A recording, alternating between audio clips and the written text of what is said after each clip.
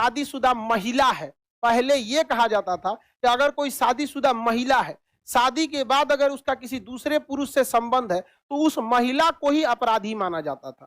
तो महिलाओं ने केस किया, केस कोर्ट में, कहा कि अगर शादीशुदा पुरुष है और वो अगर किसी से संबंध बनाता है तो ये उस पर भी एप्लीकेबल होना चाहिए, या तो इसे हमारे पे भी हटा दीजिए या तो उस पर से भी एप्लीकेबल कर दीजिए। ये मांग गलत नहीं, किसी एक को आप नहीं कह सकते यहाँ पर। तो कोर्ट ने कहा कि 497 अब एप्लीकेबल नहीं है। अतः कोई शादीशुदा पुरुष है, उसका भी किसी से संबंध है, अगर एक्स्ट्रा मैरिटल अफेयर है तो ये अपराध की श्रेणी में नहीं मानेगा। और अगर कोई शादीशुदा महिला है, उसका भी एक्स्ट्रा मैरिटल अफेयर है तो अपराध की श्रेणी में नहीं माना जाएगा। लेकिन इस घटना को तलाक का एक ठोस कारण मान के तलाक दिया जा सकता है। समझ में आ गया कि नहीं? तो अब अगर किसी महिला का किसी दूसरे से संबंध है तो वह व्यभिचार की अपराधी नहीं है, हाँ, लेकिन उस बेसिस पर उसे तलाक इजिली मिल जाएगा। अब 497 तलाक का एक सॉलिड कारण है।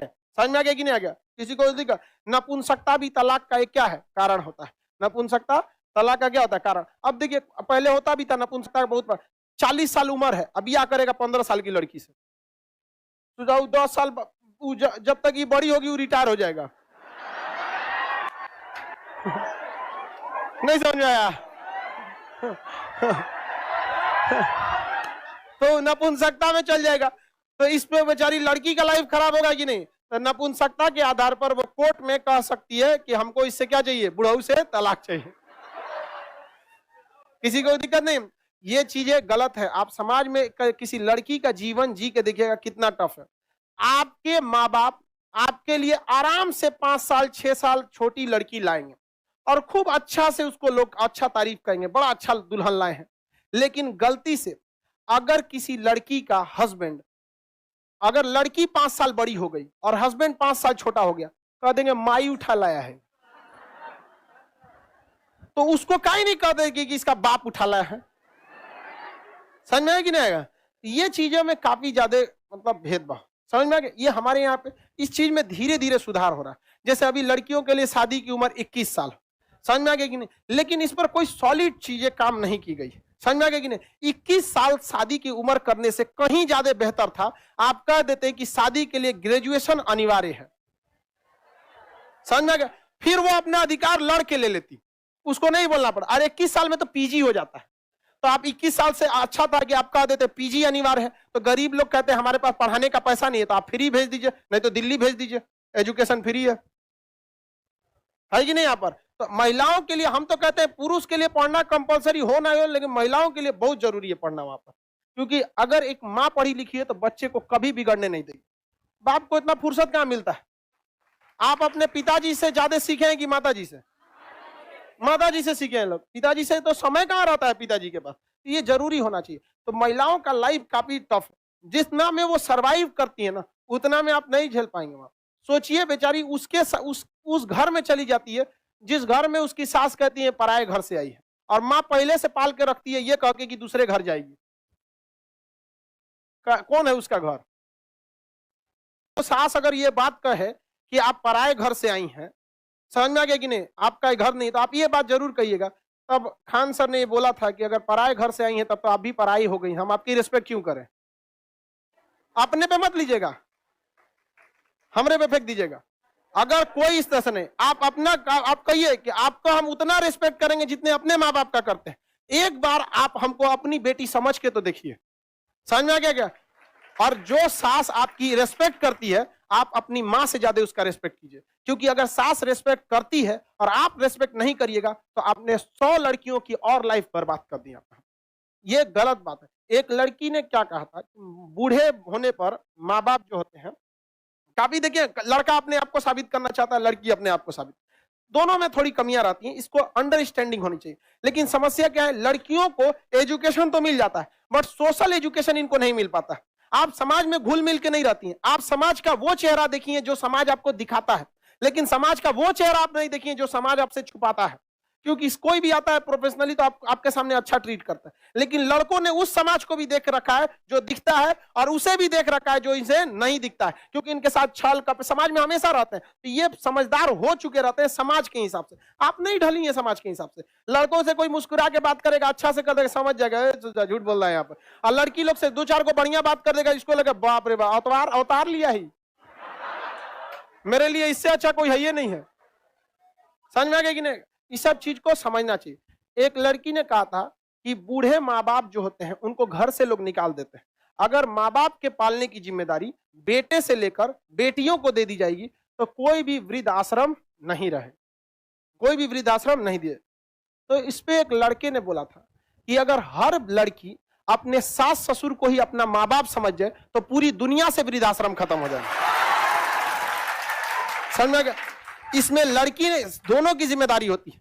सास उसको अपनी बेटी बहुत अच्छी लगती है और उसकी अपनी बेटी 8 बजे सो के उठे उसको दिक्कत नहीं है, लेकिन बहू 4 बजे उठ जानी चाहिए। 4 बजे बूढ़ा बूढ़ी तनी अपनी बेटिया को उठा के दिखाओ तो बहू को उठाना। ये हर सास से भी हम ये कहना चाहते हैं, अगर अपनी बेटी को सुबह 4 बजे उठा सकती हैं तो आप अपने बहू को भी उठाइए। और अगर बेटी 10 बजे तक सो सकती है तो बहू को भी अधिकार है, क्योंकि बहू तो मेहमान बन के आई है, उसकी तो और इज्जत होनी चाहिए। समझ में आ गया कि नहीं आ गया? और लड़की लोग को भी कहते हैं, याद रखिएगा, मेरी बात कड़वी होगी लेकिन औरत को ज्यादा तकलीफ औरत ही देती है। ये बात हमारी कड़वी लग सकती है, लेकिन आप देखिएगा किसी औरत को उसको ससुर कम सताए होंगे, सास ज्यादा सता देती हो, या किसी माँ को उसका बेटा कम लेकिन बहू ज्यादा सता देती हो। तो इस चीज में ईगो मत रखिएगा। अगर सास कुछ बोल भी देना तो बड़े का गाली भी आशीर्वाद समझ के रख लेता है, अगर आपके परिवार का है तो। बाहर वालों के लिए नहीं कहते, लेकिन इन सब चीजों को समझिए।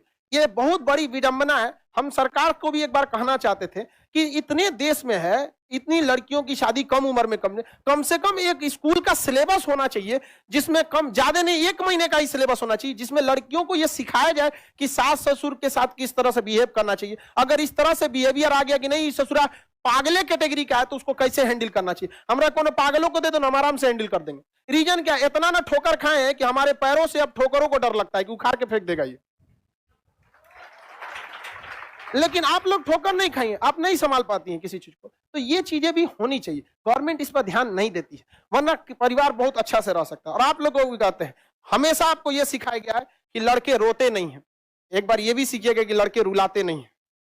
समझ में आया ना? यहाँ पे लड़के अगर रोते नहीं है तो लड़कों को रुलाने का भी अधिकार नहीं है। और लड़की लोग को भी एक चीज कहेंगे, आप लोग के अंदर लड़कों को एक चीज कभी पसंद नहीं है, मुंह फुलाकर बैठ जाना। अगर स्कूल में ये सिलेबस रहता है तो आपको ये पढ़ाया गया रहता। लड़का हर उस लड़की का बर्दाश्त कर सकता है जो उसे मुंह ना फुलाए। 2 मिनट 5 मिनट बस, 5 मिनट से ज्यादा हुआ उसका सबर का बांध टूट जाता है। लड़का कभी मुंह फुला के नहीं बैठेगा। आप अपने भाई को देख लीजिएगा, मार देगा आपको, फिर शाम को बोलेगा नाश्ता लाओ, लेकिन आप ले जाकर ना समझ में आ गया कि नहीं? आपने बोल दिया अपने से, आप उसको मार लीजिए 2 लाठी, वो आपको माफ कर देगा, आपको नहीं बोल, लेकिन गुस्सा मुंह मत फुलाना लो। ये लड़कों को नहीं। आप लड़का लोग बताओ, आपको 2 लाठी पिटाना पसंद है कि मुंह फुलाना? ये करा 5 लाठी।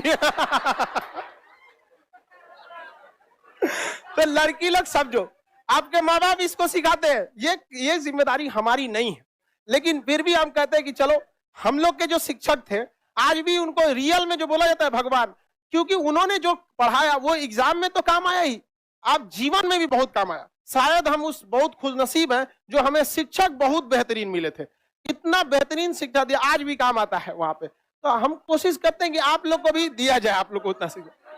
तो लड़की लोग इस चीज को समझना गया कि नहीं?